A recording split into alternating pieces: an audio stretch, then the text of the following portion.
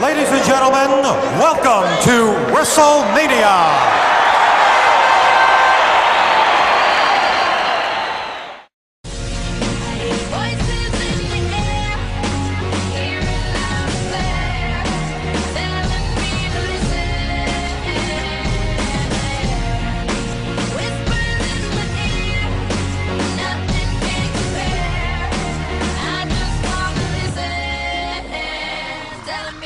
Can you believe it's already been 2 years since that once-in-a-lifetime match between The Rock and John Cena? Man, I'll tell you, time just flies the fuck by in life. What's up, everyone? In the spirit of WrestleMania and in the spirit of me trying to upload as many videos as possible, I thought I would do something a little bit different today. I've decided to take you down a quick trip down memory lane. This was a commentary that originally aired 2 years ago, the day after WrestleMania 28. It is my WrestleMania 28 review, and it aired on my second channel. The reason it aired over there was because 2 years ago I got hit with a copyright match, and instead of submitting a counter notification and getting it all cleaned up, I just deleted the video and fucked myself over, and I had to wait 6 months in order to upload long videos again. So during that time span, some of my longer commentaries I was putting up over there. But now what I've been doing with that channel lately is uploading some of those good mic work clips, which I've talked about in previous commentaries. And also I've decided that when I'm footage surfing and I come across something that I consider to be obscure or something that maybe not everybody has seen or something that you would never see on the WWE Network, even if it's just a 30-second long funny clip or something like that, I figured I'd put it up there just to have some fun with the channel. So that's my plans for my second channel now, and I was clearing out some of those older videos.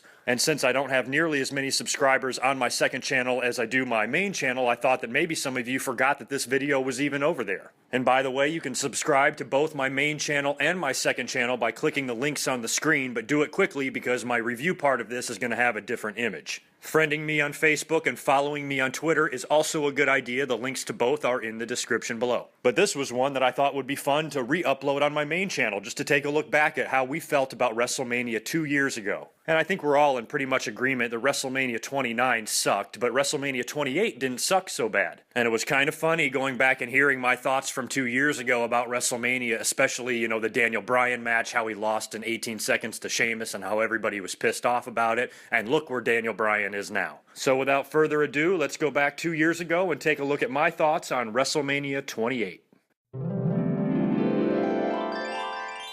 Sheamus, Daniel Bryan. Okay, here we go. Now look, I get it. To all the fans that say it's a slap in the face to Daniel Bryan, they're shitting on the World Heavyweight title. What a fucking disgrace. You know, a guy like that gets beat in 18 seconds after he's had a pretty decent title reign. He's a really well-respected wrestler with the track record that he has. The internet wrestling fan really, really respects a guy like Daniel Bryan. So, of course, they immediately jump down WWE's throat saying, oh, this is fucking bullshit. How could you do that to this guy? I mean, you know, people were pissed. People were mad. I saw all the tweets. I saw all the complaints. Now, I understand the complaints, trust me, especially if you're a fan of a good wrestler like Daniel Bryan, especially if you like the world titles to be treated with respect. First thing that comes to my mind, Bob Backlund, one of the best WWE champions of all time, a huge chunk of my childhood. I have a lot more memories of Bob Backlund than I do Bruno Sammartino because I was a little bit too young for him. But I've always respected Bob Backlund, the way he wrestled, the way he carried himself. He was a pretty respectful guy. He's a complete fucking nut now, I understand that. But Madison Square Garden, that's Vince McMahon's living room. And Bob Backlund is a great world champion. And when they put the belt back on him back in 1994, he dropped that thing in 8 seconds to a relative newcomer that really hadn't proven himself at all. So basically a guy that had been in the WWE for just a little bit over a year went into Vince McMahon's living room and took the title off of a great wrestler in 8 seconds. So I don't think Vince McMahon really cares if he wipes his ass with titles or not. And in this Daniel Bryan Sheamus situation, I get the fact that it should have gone longer than 18 seconds because Sheamus won the Royal Rumble. He's challenging for the world title. I personally would have also liked to see the match go longer, but it didn't piss me off to the point where I thought it was bullshit because if you look at the situation, she kissed him before the match and then he got fucking kicked in the face and pinned. So obviously he wasn't ready for the match, so it's not like it was a squash. You know, there was a legitimate reason. He was caught off guard. This angle, this shit has been going on. WWE does this all the time. Haven't they done this in just the last couple couple of WrestleManias?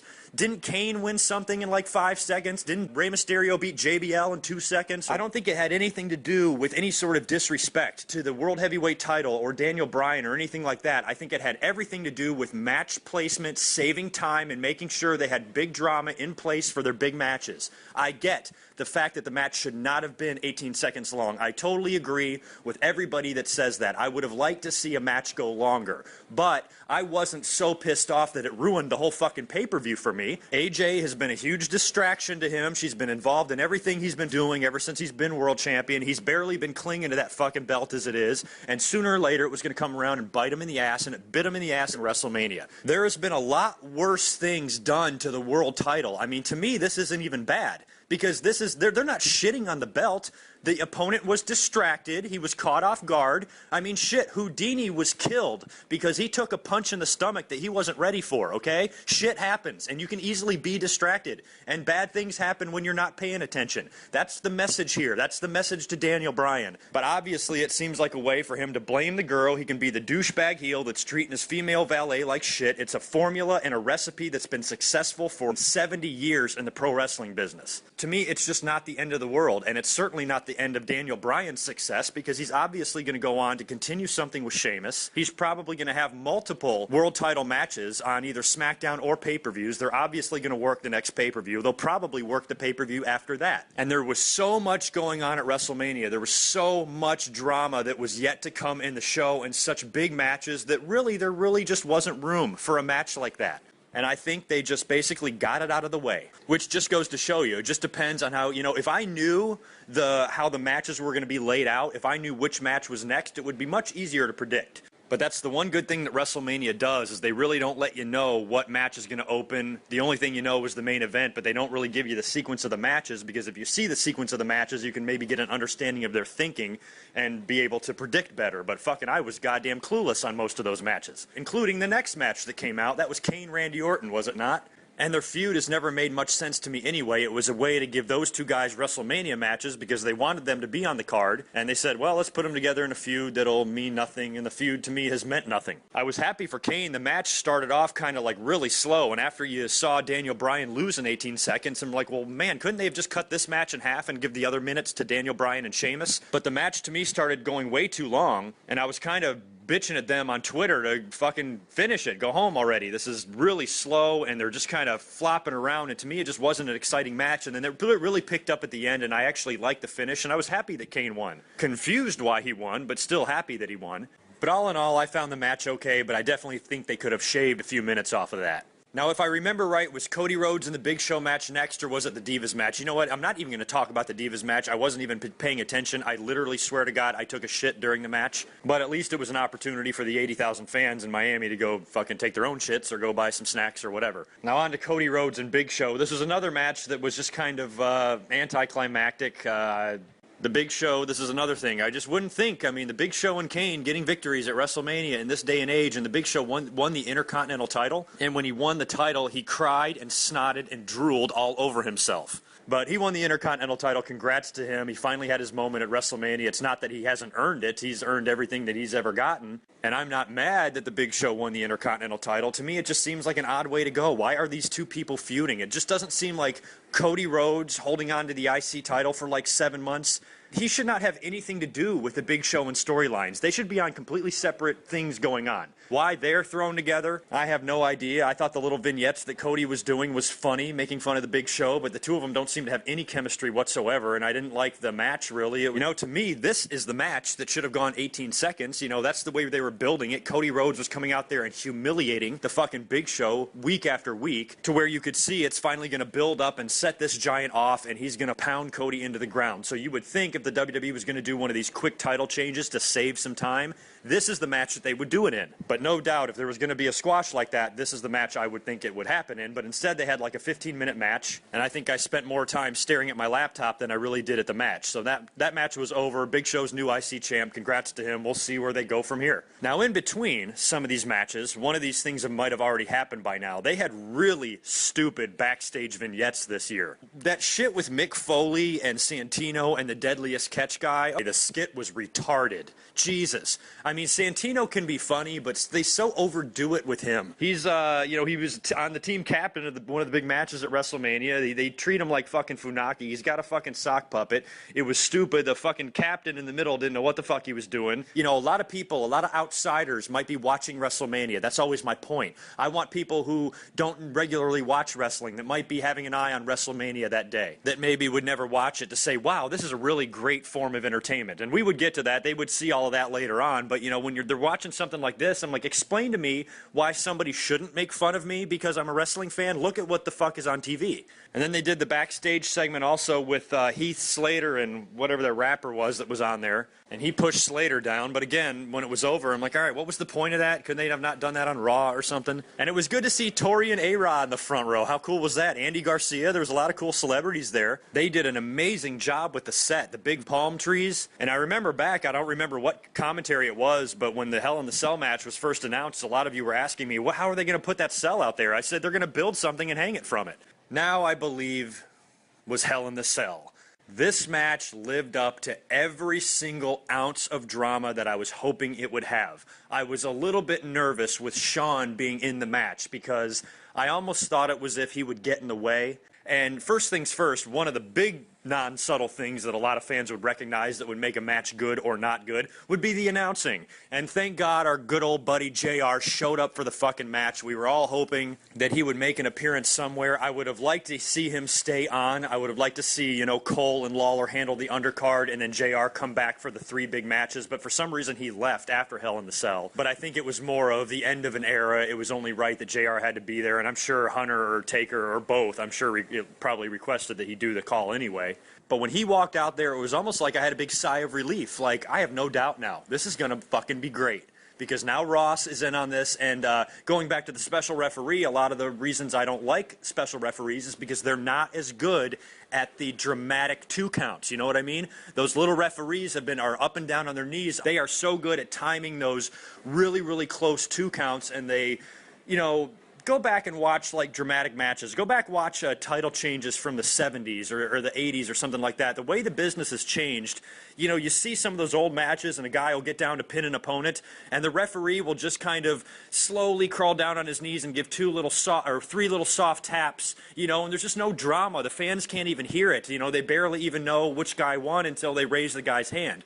Nowadays, the referees are so animated. They hop, they leap over wrestlers to get in position for the 3 count. They create that drama, they help that, and special referees like Mick Foley, Shawn Michaels, they can't do that as good. So I felt that was going to take away from the match, but you barely even noticed it because the match was great, and Shawn played a much bigger role in this match than I thought he would. I love the fact that he was the conflicted referee, and the fact that they went out there, I mean, Jesus Christ, those guys, I think back, like, this is just so not something that WCW would be able to pull off back in their day. Remember when they tried to put a couple of 40-year-old guys in a giant cage together? Hogan and Piper, 1997, it was like watching rhinoceros fuck. As far as there being any doubt during the match if Taker was going to win or not, like I said every year, I never doubt The Undertaker's victory at WrestleMania. I've said a million times he'll never lose that streak. And if he winds up going into the ring against Brock Lesnar or something like that next year, I fully expect him to win no matter who his fucking opponent is. But they had me for, I don't know, maybe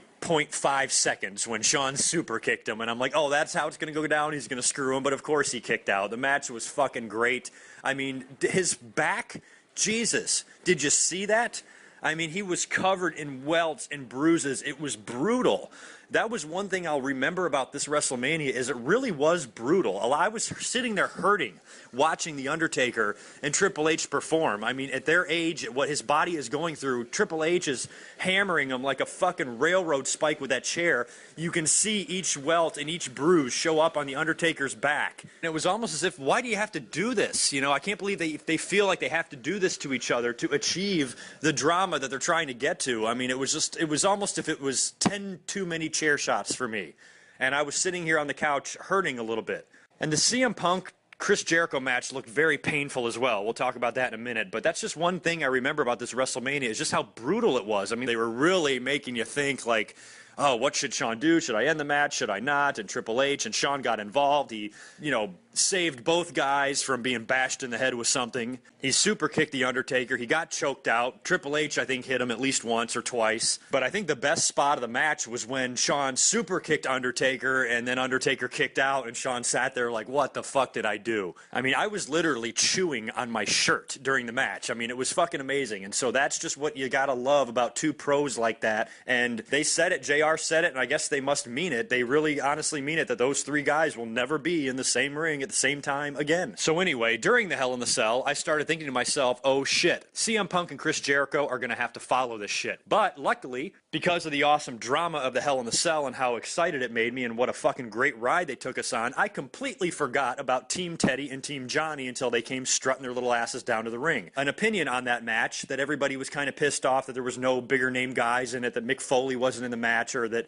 when guys started dropping out or getting hurt and needed to be replaced, that the WWE didn't replace them with somebody with a little bit more bigger names, I guess. And I said in a little miniature rant that the match is fucking meaningless in the grand scheme of things in WrestleMania, and it's probably going to get lost in the shuffle anyway, and plus they're all going to be wearing uniforms, and it's just going to be like Team SmackDown versus Team Raw type of shit. There's no way there's going to be enough time for each guy to get in their crap, and there's really no room for anybody in that match to have a WrestleMania moment. And I pretty much had a feeling that John Laurinaitis' team was going to win because a heel GM just makes for better storylines, so I think, it just seemed right, and he's got such a ton of heat, and everybody hates him. It just seemed like it was the way to go. And then, of course, they pulled the whole angle, which we also saw coming, where Eve turns on Zack Ryder, but give me a break. It's so, you talk about a big chunk of who gives a fuck. Zack Ryder's a horrible, goofy gimmick. It got moderately over, but the poor guy is stuck with this thing now, and Eve is just a fucking diva, and she can't act or be believable or anything like that, and she's much more entertaining after I push the mute button. Now, after the Team Johnny versus Team Teddy match, they actually did something pretty cool. They did the skit backstage where,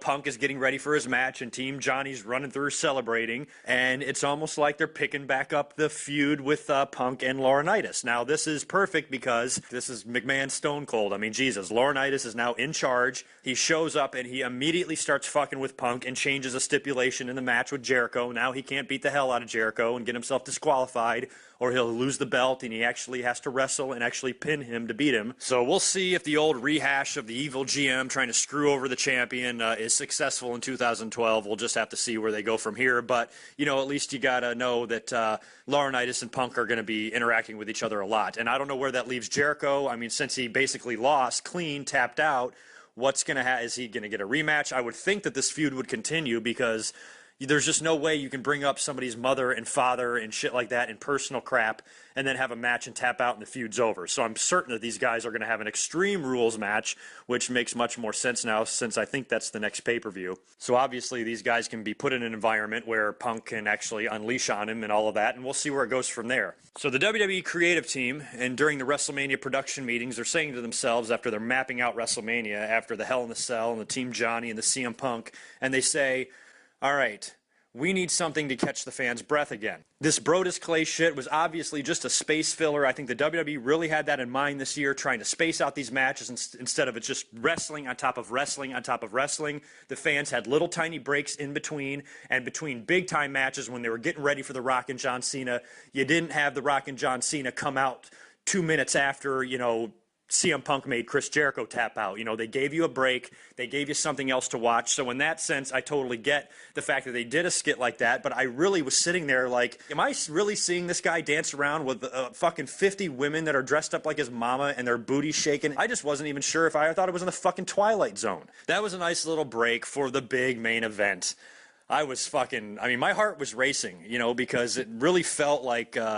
It felt like a Warrior Hogan moment or something like that. Like, wow, this is it. It's been all this hype, and it's here. It's time. It's fucking put up or shut up. No more talking. No more promos. No more Fruity Pebbles. No more, you have lady parts. It's time to fucking fight. But I love those, the match was a huge match. I mean, it was a big-time match, an epic, once-in-a-lifetime type of match. So naturally, they had to go all out with the entrances, and they did. And each guy got a fucking 5-minute song before their music hit, and it was great. I mean, I loved both entrances. I loved the way the whole main event was played up. I loved John Cena's. Once he showed up, actually, I will admit this.